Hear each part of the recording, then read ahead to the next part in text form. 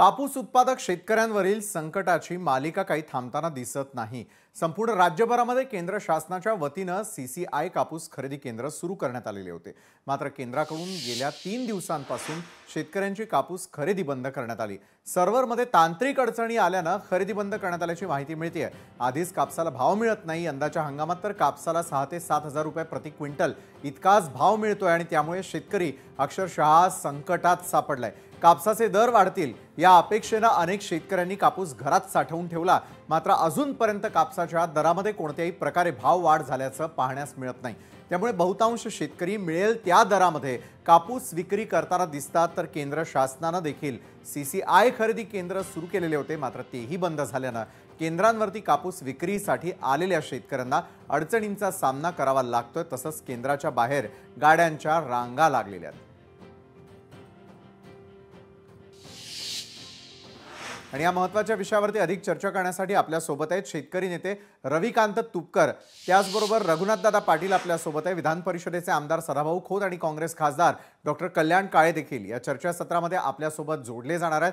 सुरुवात मी रविकांत तुपकर आपल्यापासून करणार आहे। रविकांतजी, सोयाबीनचा मुद्दा होता, लोकशाही मराठीने तो सातत्याने लावून धरला होता। आता प्रश्न आहे तो म्हणजे कापूस उत्पादक असलेले शेतकरी आणि त्यांच्या कापसाला न मिळत असलेला भाव, आणि दुसरीकडे पोर्टल जे बंद पडल्याचं आपल्याला पाहायला मिळतं, त्यामुळे त्यांना बसणारा फटका। रविकांत तुपकरजी, शेतकऱ्यांना न्याय कधी मिळणार आहे, त्यांचा कापूस कधी खरेदी केला जाणार आहे, याविषयी आपल्यालाच आवाज उठवावा लागणार आहे का? रविकांतजी, कापूस उत्पादक शेतकऱ्यांची व्यथा अत्यंत वाईट आहे आणि कापूस उत्पादक शेतकरी सरकारच्या चुकीच्या धोरणामुळे आज मरणाच्या दारात उभा आहे। सध्या कापसाचा या वर्षीचा उत्पादन खर्च किती आहे? थोडसा मी 2-4 सेकंद शिल्लक घेईल, पण सगळ्या महाराष्ट्रातल्या लोकांना कळलं पाहिजे की कापसावाल्यांची काय परिस्थिती आहे। कापसाला पर एकर आणि प्रति क्विंटल खर्च किती लागतो मी तुम्हाला इन शॉर्ट सांगतो।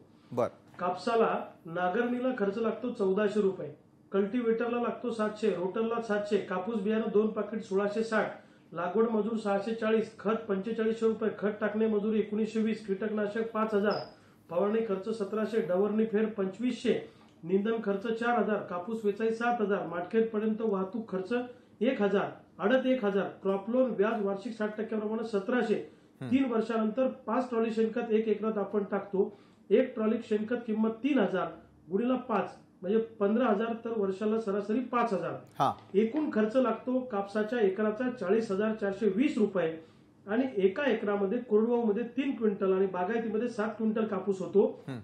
सरासरी 5 क्विंटल कापूस एका एकरामध्ये होतो। याचा जर का प्रति क्विंटल उत्पादन खर्च पकडला हा असा, तर हा येतो 8084 रुपये, म्हणजे सर्वसाधारणपणे 8000 रुपये। आणि खासगी बाजारामध्ये दर हा 7000 पेक्षाही कमी आहे आणि सरकारी खरेदी होते जवळपास 7100 ते 7400, म्हणजे मॉइश्चर नुसार।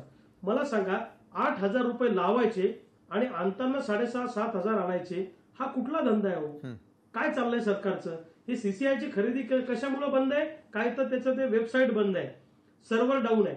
आमचे सर्व्हर डाऊन होईल 2 वर्ष, आम्ही काहीच पिकवणार नाही, मग काय खाणार हे सगळे शहरातले लोक, सरकारमधले लोक काय खाणार? आज सीसीआयच्या खरेदी केंद्रावर प्रचंड मोठ्या प्रमाणात लूट होते। प्रति क्विंटल 3-4 क्विंटल कट्टी घेतात टेबला खालून, की जी यांना घेता येत नाही। मॉइश्चरच्या नावाखाली कापूस रिजेक्ट होतो। जसं की उदाहरणार्थ 8 मॉइश्चरला यांचा रेट आहे 7421, मॉइश्चरचं मशीन खराब असतं। 13% मॉइश्चरला रेट आहे 7100 रुपये आणि 13% मॉइश्चरच्या वर खरेदी ते करत नाही, लक्षात घ्या। मग ताबडतोब काढलेला कापूस तुम्हाला मार्केटमध्ये नेताच येणार नाही सीसीआयच्या खरेदीला, कारण त्यात मॉइश्चर असतं। त्यामुळे मोठ्या प्रमाणामध्ये लूट आहे आणि जिनिंगच्या आणि सीसीआयच्या अधिकाऱ्यांचं साटलोट आहे। 30 ते 40% कापसाची खरेदी अजूनही झालेली नाही, शेतकऱ्यांच्या घरामध्ये पडू नये। मागच्या 2 वर्षाचाही कापूस तसा पडू नये, मनमानी पद्धतीने हे सगळं चाललंय। सरकार करतंय काय? सोयाबीन आणि कापूस उत्पादक शेतकऱ्यांचं जगणं सरकार मान्य करणार आहे की नाही करणार आहे? किती शेतकऱ्यांच्या आत्महत्या झाल्यावर सरकारच्या बुडाला आग लागणार आहे, हा खरा प्रश्न आहे। याचं सोल्युशन एकच आहे, सरकारला जर खरोखर शेतकऱ्यांचं भलं करायचं असेल, या सगळ्या फुकटच्या योजना बंद करा। प्रत्यक्ष उत्पादन खर्च 8000 रुपये आहे, त्याच्यात 50% नफा 8 आणि 4 12,000 रुपये भाव आम्हाला द्या। भाव देता येत नसेल, तुमची अडचण होत असेल, तर प्रति क्विंटल 3,000 रुपये भाव फरक आमच्या डीबीटीच्या मार्फत खात्यावर जमा करा आणि हा विषय संपून टाका। ही सीसीआयची खरेदी प्रचंड मोठा स्कॅम आहे। याचं जर का ऑडिट केलं, याची चौकशी केली तर महाराष्ट्रातला, भारतातला सोयाबीनच्या खरेदीचा, कापसाच्या खरेदीचा आणि पीक विम्याचा प्रचंड मोठा स्कॅम भारतातला निघेल, अशी सध्याची परिस्थिती आहे। शेतकऱ्यांचं जगणं सरकारने मान्य करावं, एवढी सरकारला आमची विनंती आहे। बरं, तुमच्या विनंतीचा सरकार विचार करतं का त्याकडे आपण लक्ष देऊच। रघुनाथ दादा पाटील देखील आपल्या सोबत आहेत। रघुनाथ दादा पाटील, गेल्या कित्येक दिवसांपासून आपण बघतोय की कापसासाठी कशा प्रकारे शेतकऱ्यांच्या अक्षरशः त्या ठिकाणी रांगा लागलेल्या आहेत आणि रांगा लागलेल्या असताना शेतकऱ्यांवरती कशा प्रकारे पैशाचा बोजा वाढताना दिसतो, याचा कुठेतरी सरकार विचार करेल का आणि सरकारकडून आपण न्यायाची अपेक्षा करायची का? रघुनाथ दादा, तर सरकारकडनंच करावी लागेल, दुसरं कोणाकडनं करणार? परंतु दुर्दैवाने हे सरकार त्या अपेक्षा पूर्ण करत नाही, ही तर आमची अडचण आहे सगळ्यात मोठी। आणि याच तर मुळे शेतकरी आत्महत्यांचं प्रमाण वाढलेलं आहे। हे जे काही सरकार बदलल्यानंतर काही फरक पडेल वाटत होतं, परंतु काँग्रेसच्या भाजपच्या सरकारमध्ये काहीच फरक नाही आहे, हे स्पष्ट झालेलं आहे ना आता। बरं, फरक पडत नाही असं तुम्ही व्यक्त होताना दिसतात। सदाभाऊ खोतही आपल्यासोबत जोडले गेलेले आहेत। सदाभाऊ, यावेळेला रविकांत तुपकर शेतकरी नेते, त्याचबरोबर रघुनाथ दादा पाटील यांनी काही महत्त्वाचे मुद्दे उपस्थित केले। सरकारकडून असलेली अपेक्षा आणि त्याची पूर्तता कधी होणार? कारण सर्वच शेतकरी नेते येऊन आपण शेतकऱ्यांच्या प्रश्नावरती सर्वसमावेशक चर्चा करतो आहोत, कारण सोयाबीनचा प्रश्न मार्गी लागत नाही। तोच आता दुसरीकडे कापूस उत्पादक शेतकऱ्यांचा प्रश्न उपस्थित होताना दिसतोय। कित्येकांच्या घरात कापूस पडू नये, कापसाला भाव मिळत नाही। मात्र दुसरीकडे अनेकांनी ज्या वेळेला त्या केंद्रांवरती रांगा लावलेल्या त्यावरतीच त्यांच्यावरच जास्त बोजा पडत असल्याचं, शेतकऱ्यांना तो सहन करावा लागत असल्याचं चित्र राज्यामध्ये दिसतंय। शेतकऱ्यांच्या बाबतीत लवकर निर्णय घेतला जाणार का? सदाभाऊ, मॉडेलमध्ये सरकारनं शेतकऱ्यांच्या फार्मर प्रोड्युसर कंपन्या स्थापन केलेल्या होत्या आणि आहेत।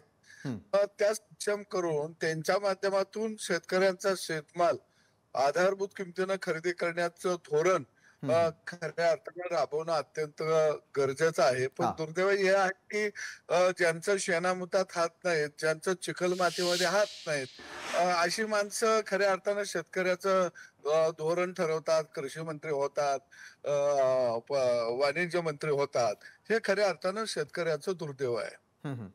बरं, पण शेतकऱ्यांचं दुर्दैव हटावं यासाठीच आज आपण सर्व शेतकरी नेत्यांना एकत्र बोलावलेलं होतं।